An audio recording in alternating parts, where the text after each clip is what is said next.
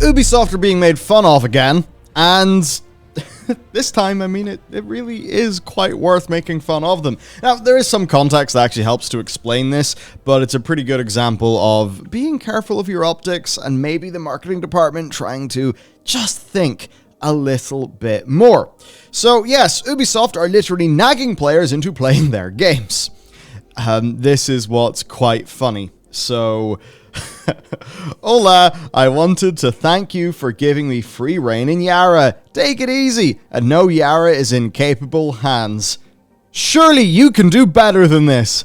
3 hours time played. So, you know, maybe you log into the game, you play it for one evening, you kind of think, oh, it's a Far Cry game. Why am I surprised? And you don't play it the next day, and then bam, in your email, here he is, the big villain taunting you to play more, to consume more product. That's the thing that just, like, this is so out there. It's so beyond that. It's not even like a massive deal or anything. It just shows how completely out of touch these marketing people are with player experience or user experience. Because as soon as, I mean, obviously this is going to end up getting a decent bit of traction on Twitter because it is, you know, it's Twitter. People are going to be angry at Ubisoft. And they've every right to be. Because it's like, right, this is definitely, if you got this email from Genshin Impact, or you got it from, you know, Dauntless, or some sort of game that you kind of would play for a little bit free to play, and you go, oh, well, that's marketing, that's fine. But when this is a game going, oh, hey, you bought me for $60 and you haven't played me, well, ha ha ha, I'm going to point and laugh at you and take the piss. And you're sitting thinking, are you actually stupid? Because the thing, like, the immediate thoughts in my head for this as a marketing campaign was like, they clearly haven't thought about who's going to receive this email. They've just fired it into the abyss and went, whatever, people will get it and they'll be, you know, no harm done. But then you think, like, who's this email going to go towards? Who are the people who haven't been playing the game? Because you imagine when you're trying to draft an email or send out something, you think, well, who's going to see this? Yeah. And I kind of have two hypotheticals. One is a player who doesn't want to play any more Far Cry 6 because it hasn't reviewed that well. It's, you know, seemingly a copy-paste of 5. It's generic, it's repetitive in the ways that only a diehard Far Cry fan will really enjoy. Everyone else expecting something new will go, well, this is kind of shit. So you don't want to tell those people to play more of the game. Because especially if that says 2 hours instead of 3 hours, they'll go, hang on, am I eligible for a refund? I forgot I didn't like that game very much. Shit. And then there's the other kind of player, who are the kind of player who wants to play it, but they haven't had the time. And they're just going to sit and go, well, I feel bad now. Yeah. I don't have time to play the game I want to play. Or like, have these marketing people thought for a second what the actual impact of their work's going to be? Oh no, it's cool and it's cute and it's in universe. And it's from the big man in the box. That's great and all, but yeah. Now, when we actually do try to have a think about what's going on and work all of this out, so like, how is this strategy going to work? And this is where I think it's funny, because this is something they use in Rainbow Six Siege, and they do so decently, but it makes sense within Siege.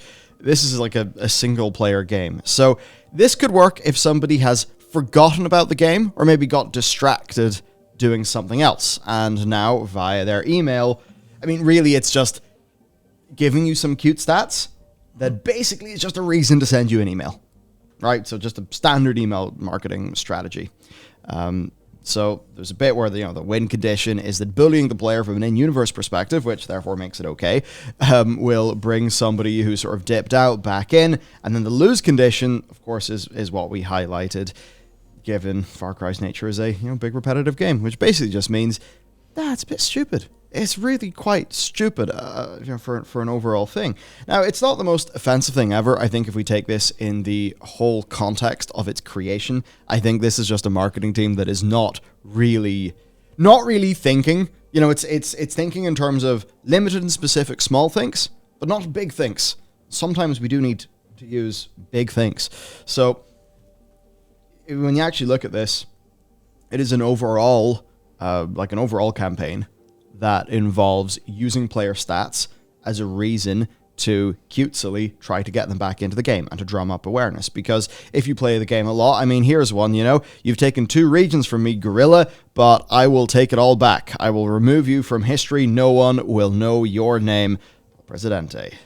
And that's what, if you get 1,300 kills. So basically what happens is your in-game telemetry is tracked, and then they make a custom email campaign based on your progress of him taunting you. You could basically say that this is, I mean, I can imagine this in the marketing department, you know, this is an extended game, immersive, interactive experience that, you know, furthers the villain's role in, you know, in the player's life. I mean, you do a hard night fighting gorillas, you wake up, you're having your morning coffee, you're doing your work emails, and suddenly El fucking Presidente is in your work emails, and you're like, oh no, the bad man from Breaking Bad is going to take those 2 outposts I took last night. How can I possibly do my job now?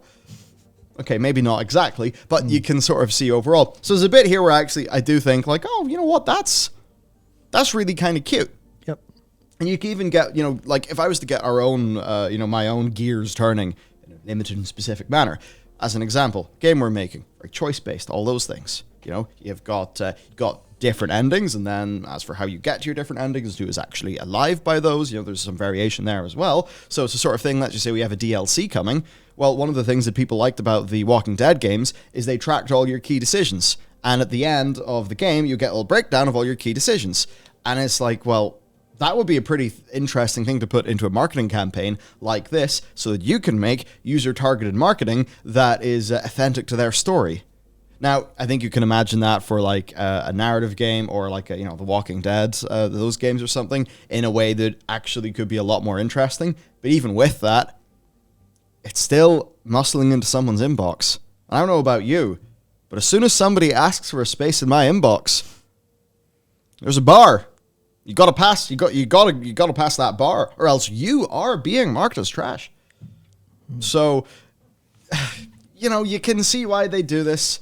You can see the little creativity marketing side of this, but it's just like fucking hell. It's a really bad look when you basically are getting nagged for not playing the game that much.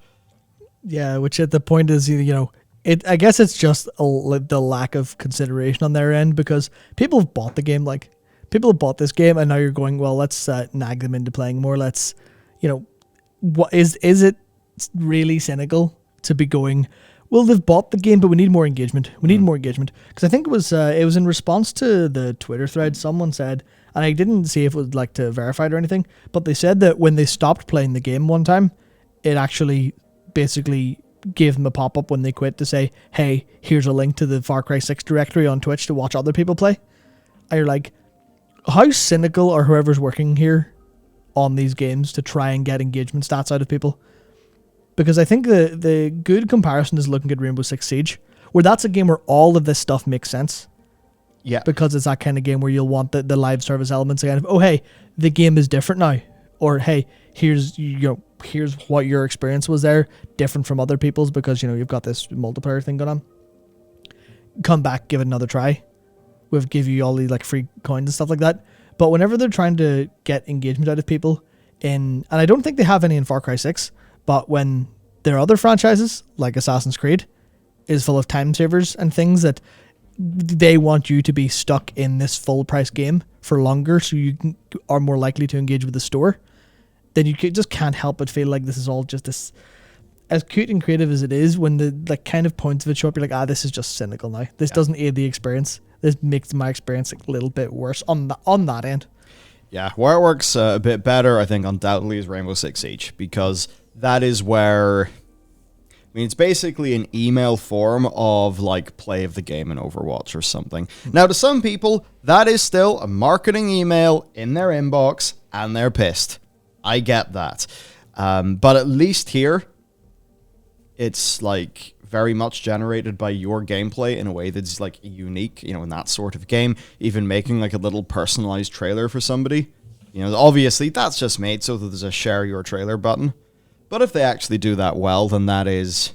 It's a sort of thing where it's cool and unique enough that they kind of earn the right to obviously be marketing. Yeah, well... Like, that's what a good marketing campaign is like sometimes. You're just kind of like, you know, damn you, this is marketing, but that's pretty good. Yeah, like all the value we got out of the Coke advertisement recently. Perfection. But yeah, it's to me, it's the idea of the personalized trailer is they have went out of their way to add a little bit of value.